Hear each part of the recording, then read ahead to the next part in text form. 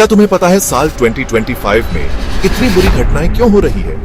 यह है साल 1941 का कैलेंडर और यह है साल 2025 का कैलेंडर। एकदम सेम तारीखें, सेम दिन और शायद सेम श्राद्ध। 1941 20वीं शताब्दी का सबसे ज्यादा खूनी और बुरा साल था।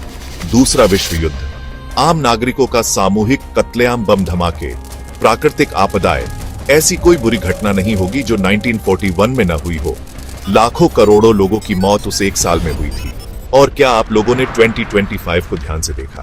कैलिफोर्निया के जंगलों में आग महाकुंभ में भगदड़ में लोगों की मौत, पहलगाम अटैक, आरसीबी की परेड में भगदड़, इसराइल ईरान का युद्ध, भारत पाकिस्तान का युद्ध, रूस यूक्रेन का युद्ध, ताइवान में भूकंप, अहमदाबाद प्लेन क्रैश, और अभी तो 2025 के 6 महीने बाकी है दोस्तों। यह सब कोई इत्तेफाक नहीं है। वक्त हमेशा अपने आप को दोहराता है। साल 1941 अपने आप को वापस दोहरा रहा है, लेकिन इस बार और भी खतरनाक तरीके से। अगर आपको यकीन नहीं हो रहा तो आपको बता दें कि साल 2019 जिसमें कोरोना आया था और करोड़ों लोग मरे थी, उसका कैलेंडर भी बिल्कुल सेम है साल 1918 के कैलेंडर से। और उस साल भी स्पेनिश फ्लू नाम की बीमारी आई थी जिसमें करोड़ों लोग मरे थे। तो इसका मतलब क्या? यह है कि साल 2025 में कुछ ऐसा होने वाला है जो शायद मानवता के इतिहास को पूरी तरह बदल कर ही रख दे। दोस्तों, जब हम इसराइल और ईरान युद्ध के ऊपर रिसर्च कर रहे थे तो हमें कुछ बहुत अजीब बातें पता चली। सबसे पहले ट्रंप G7 समिट खत्म होने से एक दिन पहले ही निकल जाते हैं और फिर वो तेहरान, जो कि ईरान की राजधानी है, उसको खाली करने की चेतावनी जारी करते हैं। उसके बाद इंडिया भी अपने नागरिकों को ईरान से बाहर निकाल लाता है। दूसरी तरफ इसराइल को खबर मिलती है कि ईरान इतिहास का सबसे बड़ा अटैक प्लान कर रहा है इसराइल के ऊपर। अब आगे इस युद्ध में क्या होने वाला है वो तो जल्द सामने आ जाएगा, लेकिन कुछ तो है जो बहुत अजीम हो रहा है। आप लोगों को एक और बात बताता हूँ, 2020 में जो कोरोना आया था, क्या आप सब ने उसकी मेडिसिन लगवाई थी? है, मैंने भी लगवाई थी, लेकिन 3 देश ऐसे थे जिन्होंने ये अपने देश में लगवाने से मना कर दिया था। वो देश थे हेती, बुरुंडी और तीसरा था तंजानिया। और अब सुनो सबसे खौफनाक बात, इन तीनों देशों के प्रेसिडेंट्स को 2020 से 21 के बीच में मार दिया गया है। पता नहीं क्यों, पर ऐसा लगता है कि 2020 की वो बीमारी फैली नहीं बल्कि फैलाई गई थी। किसने फैलाई, क्यों फैलाई, यह तो पता नहीं, लेकिन यह सब नेचुरल तो नहीं था। दोस्तों, मानो या ना मानो, लेकिन यह दुनिया में जल्दी कुछ बहुत बड़ा होने वाला है। अब तक हम 30 से ज्यादा संतों और लगभग 100 से ज्यादा भविष्यवक्ताओं की भविष्यवाणियां पढ़ चुके हैं। जैसे नास्ट्राडेमस ने जिस साल में तबाही की शुरुआत की बात करी थी, वो 2025 था। बाबा वेंगा, भारतीय संत पर ना जाने कितनी भविष्यवाणियां सबकी सब साल 2025 to 26 पर आकर रुक जाती है। भारत पाकिस्तान युद्ध जब परमाणु युद्ध की तरफ बढ़ रहा था तो उसको रोक दिया गया।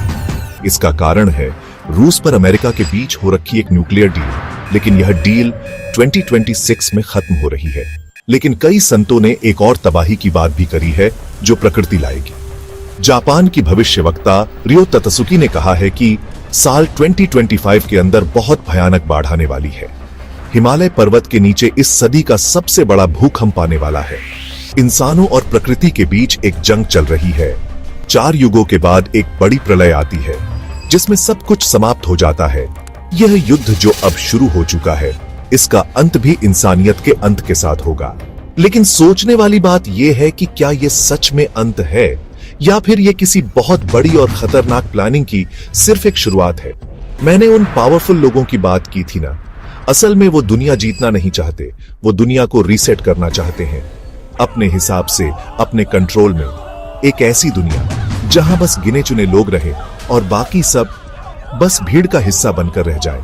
कभी सोचा है ये दुनिया भर के बिलियनियर्स आखिर पहाड़ों के नीचे और सुनसान जगहों पर इतने बड़े बड़े अंडरग्राउंड बंकर्स बना क्यों रहे हैं? वो क्या किसी आने वाले खतरे से बचने की तैयारी कर रहे हैं या वो खुद ही वो खतरा लाने वाले हैं? ये सब एक दूसरे से जुड़ा हुआ है। एक तरफ लड़ाई और बीमारियों का डर फैलाया जा रहा है, तो दूसरी तरफ डिजिटल करेंसी और हर इंसान को एक डिजिटल आईडी से जोड़ने के प्रोजेक्ट्स पर तेजी से काम चल रहा है। सोचो, एक ऐसी दुनिया जहां आपका पैसा आपका है ही नहीं, वो एक सेंट्रल सिस्टम के कंट्रोल में है। आपने सिस्टम के खिलाफ कुछ भी बोला और एक बटन से आपका अकाउंट गायब। आपकी आजादी, आपका कंट्रोल सब खत्म। ये कोई फिल्म की कहानी नहीं, ये वो फ्यूचर है जिसकी कोडिंग अभी इसी वक्त हो रही है। और इस नई दुनिया पर कंट्रोल करने का सबसे बड़ा हथियार क्या होगा?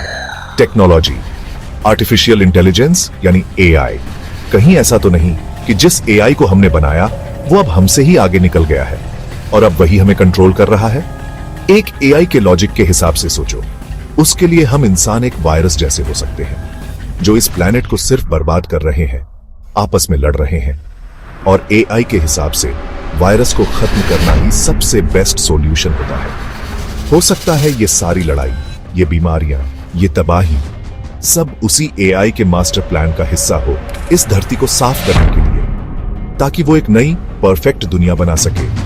एक ऐसी दुनिया जिसमें शायद हम इंसानों के लिए कोई जगह ही ना हो। ये सब सुनने में शायद आपको अजीब लगे, पर एक मिनट रुककर अपने आसपास देखो। हम सब एक डिजिटल जाल में पहले ही फंस चुके हैं। हमारी सोच, हमारी पसंद नापसंद सब कुछ फोन के एल्गोरिदम कंट्रोल कर रहे हैं। तो अब सवाल ये नहीं है कि तबाही आएगी या नहीं, सवाल ये है कि जब आएगी तो आप कहां होंगे?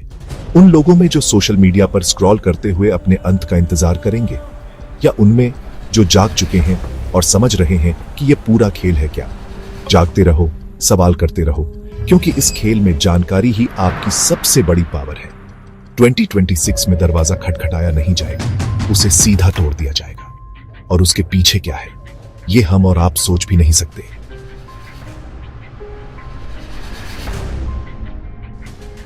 अब मैं फिर आज कहता हूँ, बस थोड़े ही समय में ऐसे देश में विकट परिस्थिति उत्पन्न होगी जिसकी कल्पना किसी ने न की हो। और शासन तंत्र के शोधन का मार्ग भगवान की शक्ति और दूती प्रकृति और उसके परिकर पृथ्वी, पानी, प्रकाश, पवन, आकाश के द्वारा प्रशस्त होगा। हम बात कर रहे हैं ऑपरेशन डेड एंड के बारे में, जो कि रूस के द्वारा तैयार करा गया है। देखो इस वीडियो में कि क्या है ये। रूस ने दुनिया के कोना कोना पर मिसाइलों को टारगेट करके रखा है। जब रूस खत्म होगा तो ऑपरेशन डेड हैंड चालू करेगा। पूरी धरती खत्म, एगो पटना में भी गिरेगा। अब पूरी दुनिया उसे इंच इंच नाप के रखा है। ये परमाणु बम यहाँ मारेंगे तो इतना दूर खत्म होगा।